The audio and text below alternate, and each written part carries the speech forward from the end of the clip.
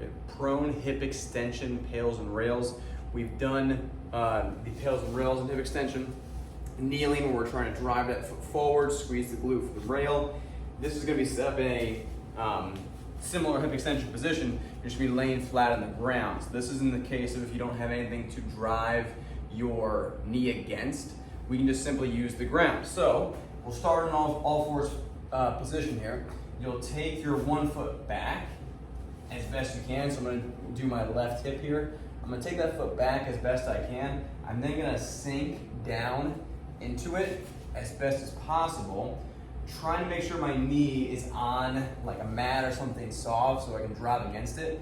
But here I'm taking my hip into some deep extension, and then I'm going to try to tilt my pelvis upward. So I'm going to try to squeeze this front hip as best as I can, trying to not when we're stretching, we're just simply stretching and relaxing.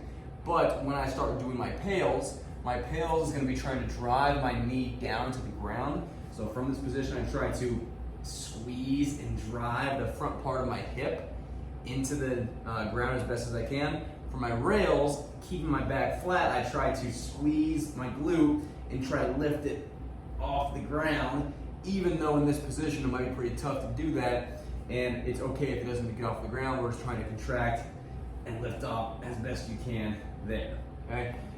Make sure when you're in here, you're still trying to tilt that pelvis. It's very key to make sure you can feel in the right spots, and make sure the glute is doing the work, trying to get off the ground at the end for the rails contraction, but it might not happen, that's okay.